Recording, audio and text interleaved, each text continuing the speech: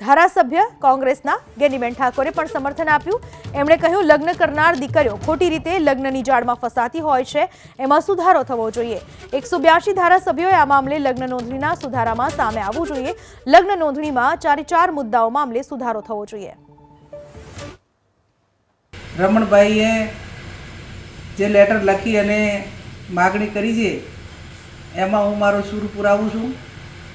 આ બાબતની ચિંતા ભૂતકાળમાં ગુજરાતના મુખ્યમંત્રી, વિધાનસભા ગૃહમાં અનેક ધારાસભ્યોએ ચિંતા વ્યક્ત કરી છે કે વર્તમાન સમયને ધ્યાનમાં લઈને જે દીકરીઓ ખોટી રીતે લગ્નમાં ફસાઈને, લવ મેરેજમાં ફસાઈને પોતાની જિંદગી બરબાદ કરે છે, એના હિસાબે અનેક પરિવારો બરબાદ થાય છે, વર્ગ વિગ્રહ વધે છે।